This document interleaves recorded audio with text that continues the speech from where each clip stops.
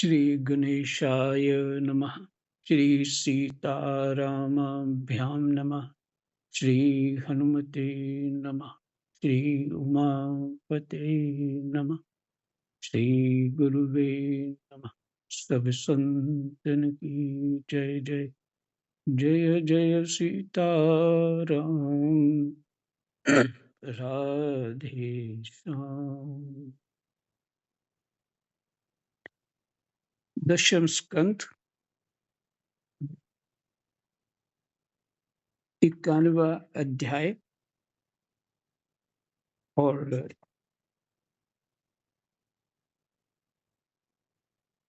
91वां अध्याय और श्लोक नंबर 45 से शुरू कर रहे हैं। भगवान वहां से कालियवन को मूर्ख बनाते हैं। अच्छा। हम्म? और देखो वो अपने बल के अभिमान में था कि मैं तो इसको मार डालूं।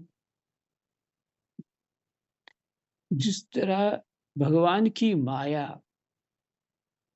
किस तरह से कार्य करती है कोई जीव समझ नहीं पाता। इसलिए भगवान कहते हैं कि मम माया दुरत्या, उसको समझना ही कठिन है माया को। तो ऐसे भगवान जिनकी माया ऐसी विचित्र है, और भगवान की लीला भी कुछ विचित्र करी उन्होंने। और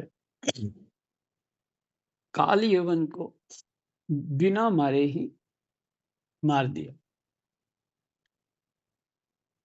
और दूसरा काम ये किया, मुचकुंद को दर्शन दिया। देवताओं का सहयोग करने का, सेवा का फल दे दिया। और उससे पहले इतने बलवान इतने धर्मज्ञ थे कि देवता लोग भी उनसे मदद मांग रहे। और हम लोग तो देवताओं से मदद मांगते हैं, पर देवता उनसे मांग रहे हैं मदद।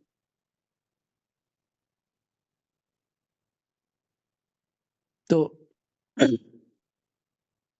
वो धर्मज्ञ थे पहले से ही, और धर्म का पालन करने, और अपने सारे परिवार सब कुछ समाप्त हो गया, क्योंकि वो स्वर्ग चले गए थे, असुरों के साथ युद्ध कर रहे थे। और सोए नहीं, कितना समय सोए नहीं। और उसके बाद जो है, देखिए, इससे ये पता लगता है कि हमारे हृदय में जिस तरह की गति होती है परमात्मा जानते हैं। जिस तरह का व्यवहार हम किसी दूसरे के साथ करते हैं, कैसा करते हैं कैसा नहीं करते हैं, क्या छुपाते हैं, हृदय से कर रहे हैं कि नहीं कर रहे हैं, हर चीज भगवान को पता है। उसके अनुसार ही वो हमें फल प्राप्त होता है। उसके अनुसार ही जीव को फल प्राप्त होता है। इसलिए कि पहले एक बात तो भगवान आत्मा ही है।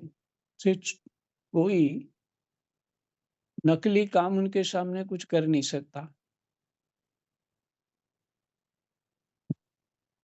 और जो काम जो है अर्थात जो कर्म है जीव का, वो अंतःकरण शुद्धि के लिए। और समस्या हमारी क्या है कि हम उसी कर्म से अशुद्ध कर लेते हैं अपने आप को। कपट रख करके, कपट चित्त में रहता है, कुछ ना कुछ खामखाई दूसरे को दोषी मान लेते हैं। सिर्फ अपनी कल्पना से हम किसी को अच्छा बुरा मान लेते हैं। ये अच्छा है बुरा, अपनी अपनी कल्पना। जो पसंद है वो अच्छा हो गया, जो नहीं पसंद है बुरा हो गया। बस ये अपने हमारा धर्म ग्रंथ इतना ही है बस। जो पसंद है उसको अच्छा मान लेते हैं, और जो पसंद नहीं है उसको बुरा मान लेते हैं। बस इसी को ज्ञान मानते हैं। तो कितनी गड़बड़ है। तो मैं ये बता रहा था कि भीतर की भगवान जानते हैं, कहने की कोई आवश्यकता नहीं किसी को। अपना काम अपनी सच्चाई से हम परमात्मा की आज्ञा मानकर करते रहें।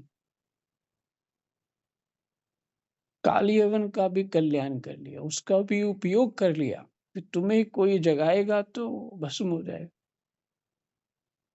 वो भी उपयोग हो गया और उसको दर्शन भी दे दिया।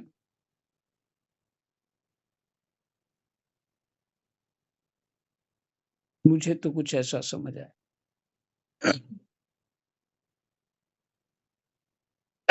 कृष्णाय वासुदेवाय हरे परमात्मने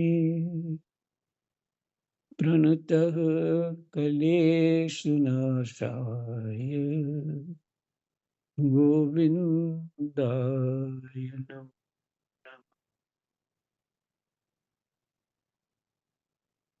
श्री सुखदेव जी कहते हैं, जब भगवान श्री कृष्ण ने इस प्रकार कहा, तब राजा मुचकुंद को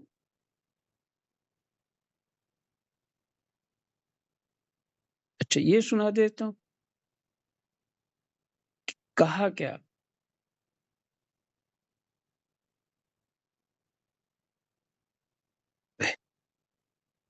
राजन, ये कालयवन था जो मेरी ही प्रेरणा से तुम्हारी तीक्ष्ण दृष्टि पड़ते ही भस्म हो गया। वही मैं तुम पर कृपा करने के लिए इस गुफा में आया हूं। तुमने पहले मेरी बहुत आराधना की है। सरलता से कर्तव्य कर्म करना भी परमात्मा की आराधना है। उनकी आज्ञा पालन उनकी आराधना है। उनको चित्त में रखना उनकी आराधना है। सरलता से, सियाना बन के नहीं।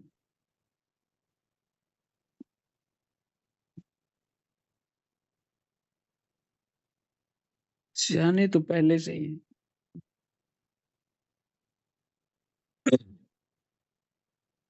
तुम पर कृपा करने के लिए ही इस गुफा में आया हूं।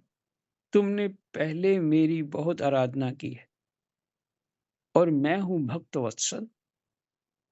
इसलिए राजऋषि, तुम्हारी जो अभिलाषा हो मुझसे मांग लो। मैं तुम्हारी सारी लालसा अभिलाषा पूर्ण कर दूंगा। जो पुरुष मेरी शरण में आ जाता है उसके लिए फिर ऐसी कोई वस्तु नहीं रह जाती जिसके लिए वह शोक करे, दुख करे या चाहना करे। इसको सब कुछ प्राप्त हो जाता है। अब दो बात है, शरण क्या, पीछे बात हो चुकी है। भगवान की शरण क्या है?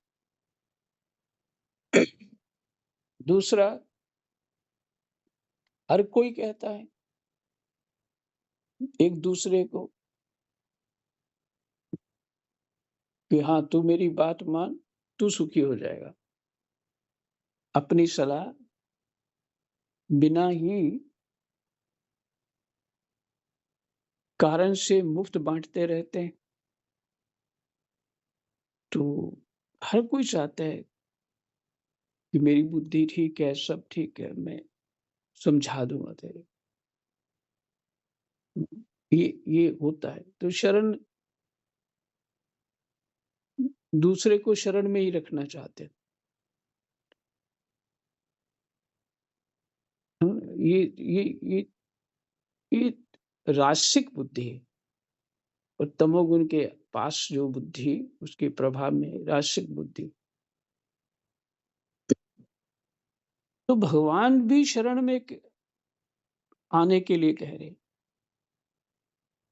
तो इसका भेद तो होगा ही ना। जीव दूसरे को शरण लेके भी कल्याण नहीं कर सकता, उसका भला नहीं कर सकता, पर भगवान शरण लेके भला कर लेते। इसलिए शास्त्र की बात जो है, हम अपने ढंग की बुद्धि से चिंतन करेंगे तो गड़बड़ हो जाएगा। उसके लिए वैसी बुद्धि चाहिए। इसलिए भगवान कहते हैं श्रद्धावान लभते ज्ञानम तत्पर संयतेन्द्रिय। सावधान तत्पर रहे जो होता है संयत इंद्रिय होता है। ऐसे श्रद्धावान को ज्ञान प्राप्त होता है। तो साधारण जीव सोचेगा भगवान कह रहे मेरी शरण में आ जा। देखो जी हर जगह गड़बड़ है, भगवान भी कह रहे मेरी शरण में आ। फिर भगवान का ये कहना ये तो मंत्र है, दया है, करुणा है कि तुम भटक मत, मेरी शरण में आ जा। ये भगवान की बात है।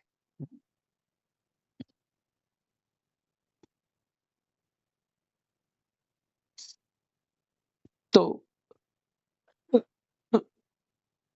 कहते हैं जो पुरुष मेरी शरण में आ जाता है उसके लिए फिर ऐसी कोई वस्तु नहीं रह जाती जिसके लिए वह शोक करे। श्री सुखदेव जी कहते हैं जब भगवान श्री कृष्ण ने इस प्रकार कहा तब राजा मुचकुंद को वृद्ध गर्ग का ये कथन याद आ गया। वृद्ध गर्ग का यह कथन याद आ गया कि यदुवंश में भगवान अवतीर्ण होने वाले हैं। वे जान गए कि ये स्वयं भगवान नारायण हैं।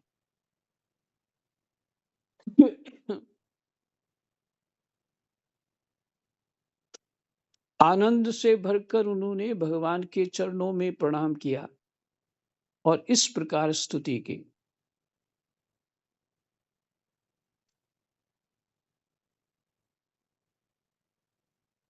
मुचकुंद ने कहा प्रभो जगत के सभी प्राणी आपकी माया से अत्यंत मोहित हो रहे हैं।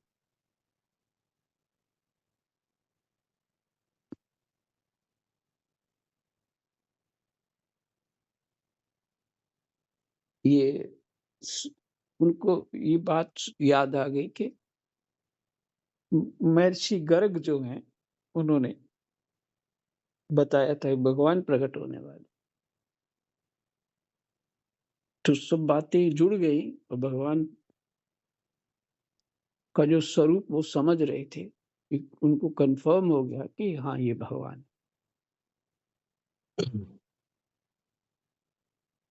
और मुचकुंद ने क्या कहा प्रभु जगत के सभी प्राणी आपकी माया से अत्यंत मोहित हो रहे हैं। अत्यंत शब्द है माने पूर्ण रूप से मोहित हो रहे हैं। वे आपसे विमुख होकर अनर्थ में ही फंसे रहते हैं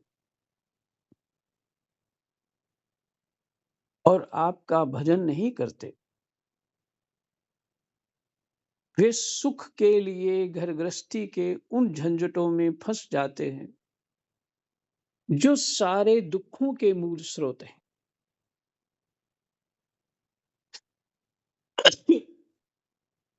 वे सुख के लिए घर गृहस्थी के उन झंझटों में फंस जाते हैं जो सारे दुखों के मूल स्रोत हैं। इस तरह स्त्री और पुरुष सभी ठगे जा रहे हैं।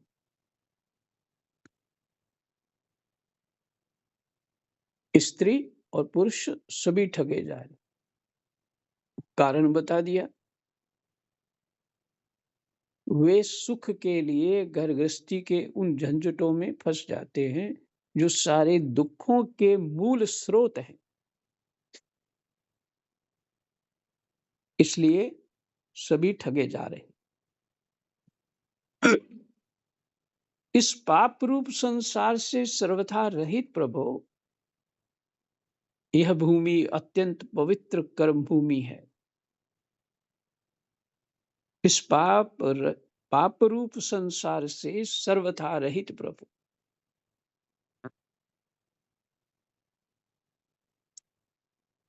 संसार परमात्मा से ही बना हुआ है, परमात्मा ही ओतप्रोत है संसार में, फिर भी वो संसार में नहीं है।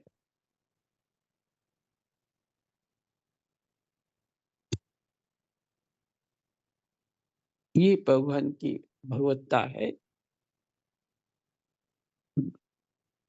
असंग है प्रभु, असंग शब्द को ध्यान रखिए।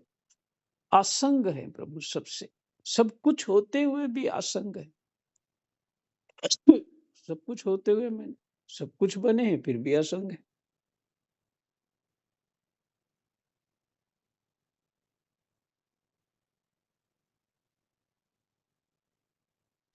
माया का स्वरूप यहीं से आरंभ होता है, ये मेरा ये तेरा। मेरे के भी संग हो रहा है, तेरे का भी संग हो रहा है, असंग नहीं है।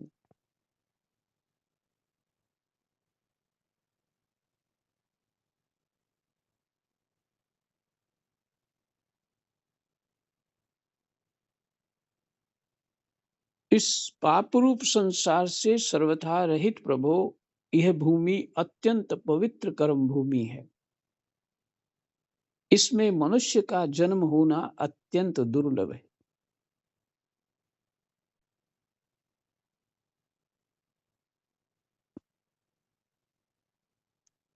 दो बातें बिल्कुल विपरीत है। संसार को ही पाप कह रहे हैं और संसार भी पवित्र को ही पवित्र कह रहे हैं।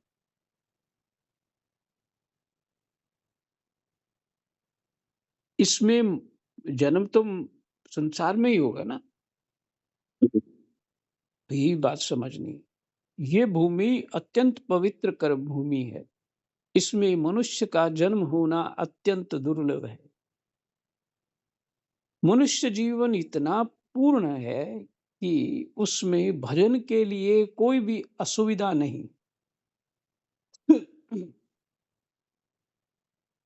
अपने परम सौभाग्य और भगवान की अहेतुक कृपा से उसे अनायास ही प्राप्त करके भी जो अपनी मति गति असत संसार में ही लगा लगा देते हैं, अपने परम सौभाग्य और भगवान की अहेतुक कृपा से, अहेतुक मैंने बिना कारण के भगवान कृपा करते, कृपा से उसे अनायास ही प्राप्त करके भी जो अपनी मति गति असत संसार में ही लगा रहता है। मति और गति संसार में ही, असत संसार में ही लगा रहता है,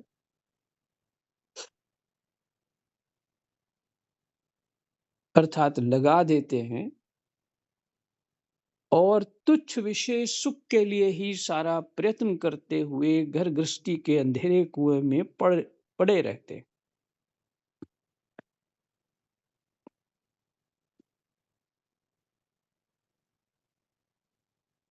तुच्छ विषय सुख के लिए ही सारा प्रयत्न करते हुए घर गृहस्थी के अंधेरे कुएं में पड़े रहते हैं।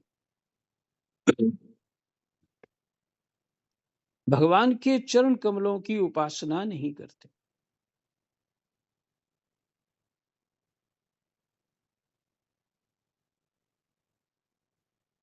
विशेष सुख के लिए ही सारा प्रयत्न करते हुए घर गृहस्थी के अंधेरे कुएं में पड़े रहते हैं। भगवान के चरण कमलों की उपासना नहीं करते, भजन नहीं करते, वे तो ठीक उस पशु के समान हैं जो तुच्छ तृण के लोभ से अंधेरे कुएं में गिर जाता है। इसमें जो भजन का स्वरूप कहा है वो समझना है, खुद विचार करिए इसको। हमको लग रहा है कि संसार में कर्म करनी चाहिए, ये करना चाहिए, वो करना चाहिए। हाँ, कई तरह के संसार में कर्तव्य कर्म है, ऐसा लगता है। पर भगवान मुचकुंद कह रहे हैं नहीं, भजन नहीं करते। और मुचकुंद हैं कौन? एक राजा है, कर्म तो वो भी करते हैं। वो पहले तपस्वी, उसके पहले वो भगवान के भक्त रहे, बहुत तपस्वी रहे।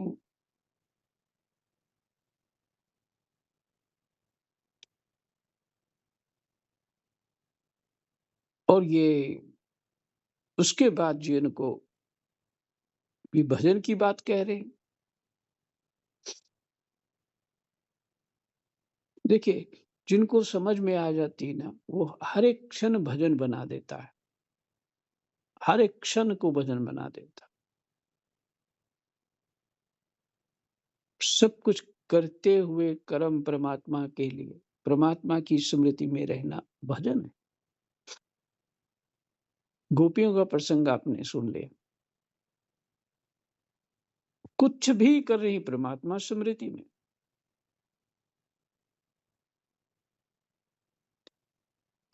इसलिए जिसको विवेक प्राप्त हो जाता है, वह अपने हर कर्म को परमात्मा का साधना बना देता है।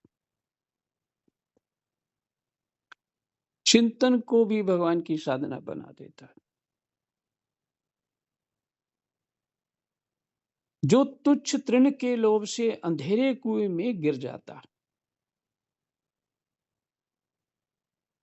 ये एक दो वाक्य बड़ा बहुत मार्मिक है। भगवान के चरण कमलों की उपासना नहीं करते, भजन नहीं करते, वे तो ठीक उस पशु के समान है जो तुच्छ तृण के लोभ से अंधेरे कुएं में गिर जाता है।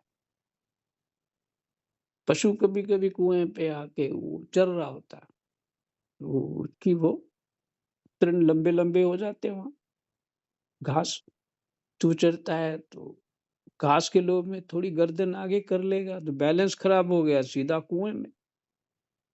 ये है संसार कुआं।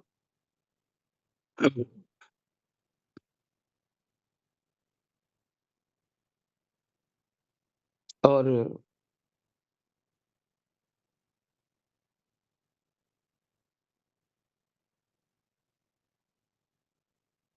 ये विषय जो है ना, पशु की तरह तृण जो है, तृण विषय है हमारा।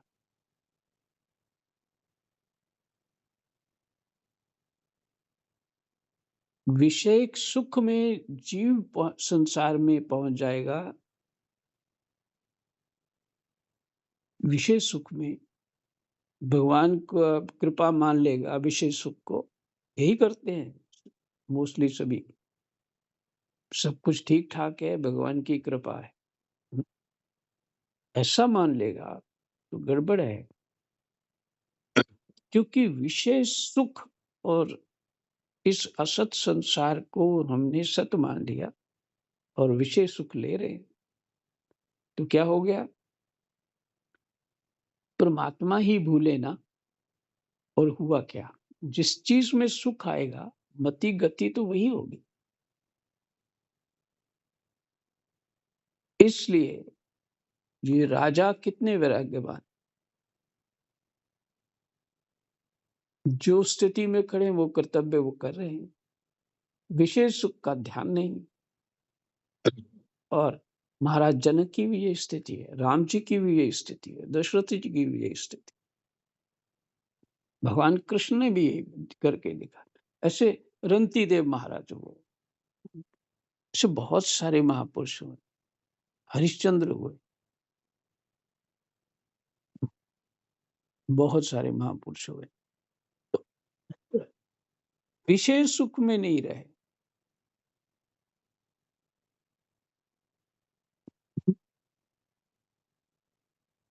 भगवान भगवान के भजन के अतिरिक्त किसी और सुख को, स्थिति को कृपा नहीं कहना चाहिए। वो कृपा नहीं है। भगवान का भजन ही कृपा है, और कोई वस्तु कृपा नहीं।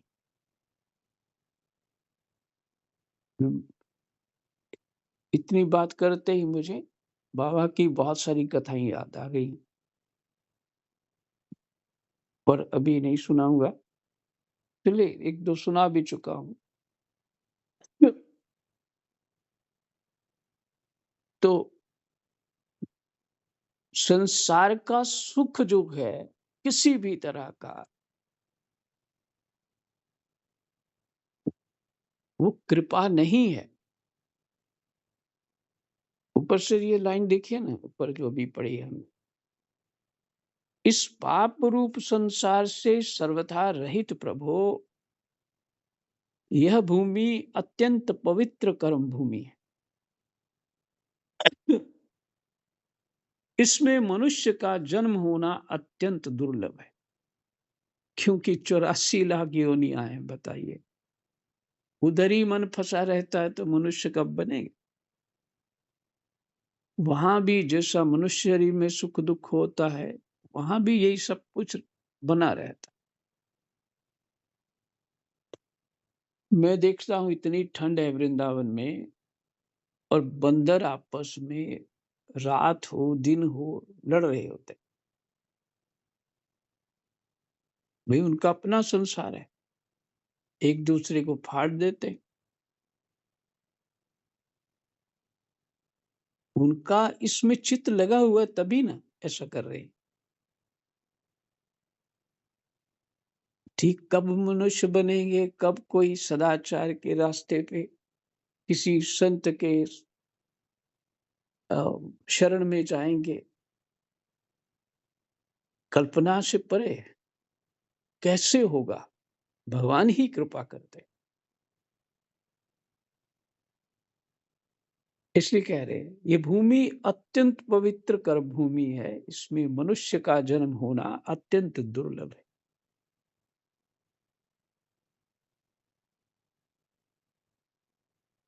और मनुष्य का जीवन इतना पूर्ण है कि उसमें भजन के लिए कोई भी असुविधा नहीं।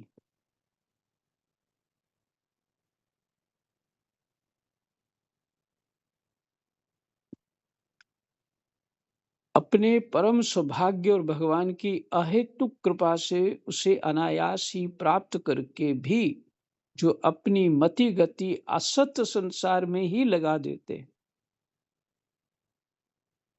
इतनी कृपा होने पर भी असत संसार में ही लगा देते हैं, और तुच्छ विषय सुख के लिए ही सारा प्रयत्न करते हुए घर गृहस्थी के अंधेरे कुएं में पड़े रहते हैं। भगवान के चरण कमलों की उपासना नहीं करते, भजन नहीं करते। वे तो ठीक उस पशु के समान हैं जो तुच्छ तृण के लोभ से अंधेरे कुएं में गिर जाता है। वैसे पशु के समान है।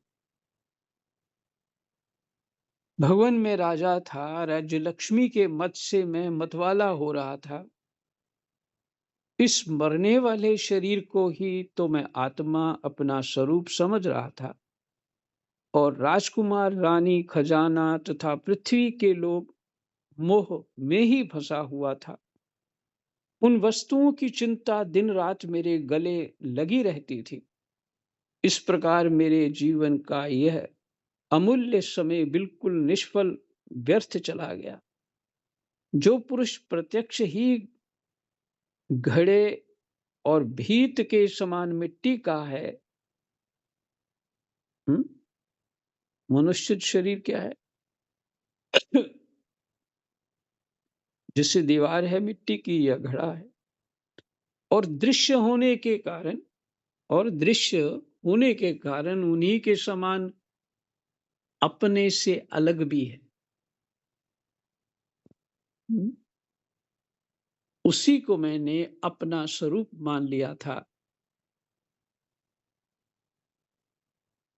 और फिर अपने को मान बैठा था। मान क्या बैठा था? नरदेव, मैं राजा हूं।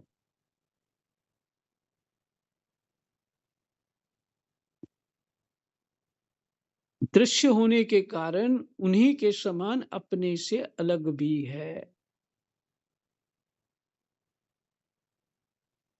क्योंकि जो वो गोचर जहां लग माया, दृश्य होने के कारण। उसी को मैंने अपना स्वरूप मान लिया था।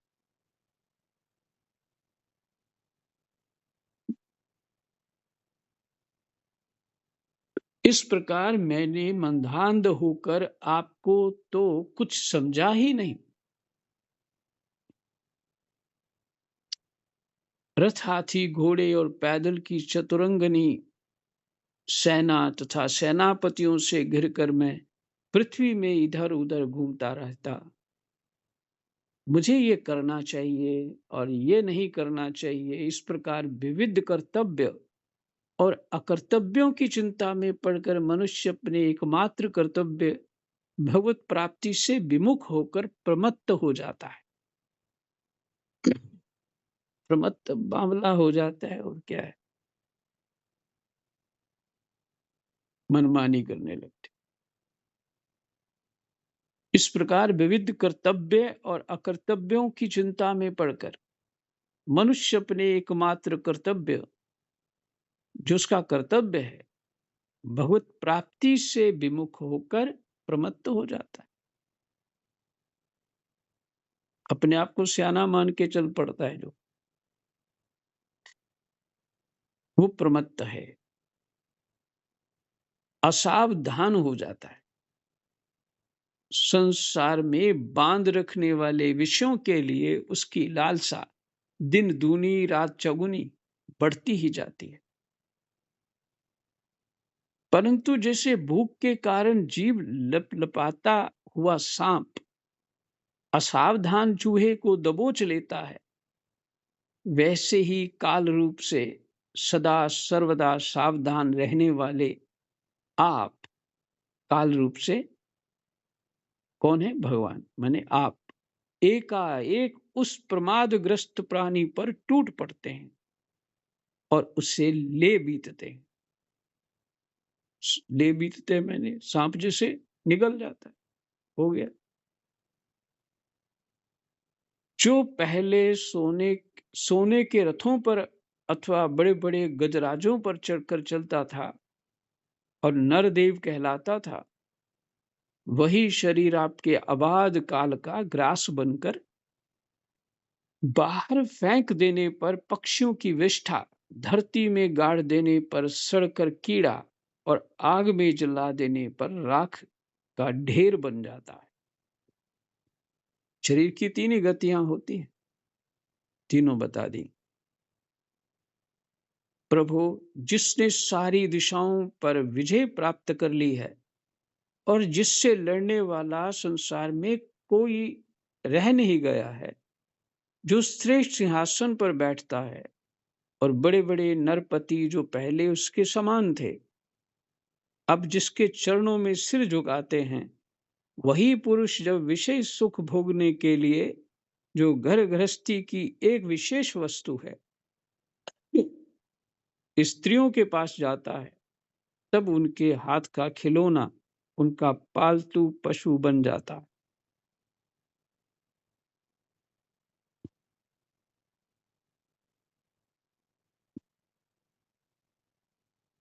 बहुत से लोग विषय भोग छोड़कर पुनः राज्यादि भोग मिलने की इच्छा से ही दान पुण्य करते हैं और मैं फिर जन्म लेकर सबसे बड़ा परम स्वतंत्र सम्राट हूं, ऐसी कामना रखकर तपस्या में भलीभांति स्थित हो शुभ कर्म करते हैं। इस प्रकार जिसकी तृष्णा बड़ी हुई है, ये तृष्णा है, तृष्णा बड़ी हुई है, वह कदापि सुखी नहीं हो सकता। अपने स्वरूप में एक रस स्थित रहने वाले भगवान, आप तो सदा एक रस रहते, आनंद स्वरूप है। भगवान, जीव अनादि काल से जन्म मृत्यु रूप संसार के चक्कर में भटक रहा है। जब उस चक्कर से छूटने का समय आता है, तब उससे सत्संग प्राप्त होता है। यह निश्चय है कि जिस क्षण सत्संग प्राप्त होता है, उसी क्षण संतों के आश्रय कार्य कारण रूप जगत के एकमात्र स्वामी आप में जीव की बुद्धि अत्यंत दृढ़ता से लग जाती है। जय जय सीताराम, राधे श्याम। कृष्णाय वासुदेवाय हरये परमात्मने प्रणतः क्लेशनाशाय गोविन्दाय नमो नमः। जय जय सीताराम, राधे श्याम।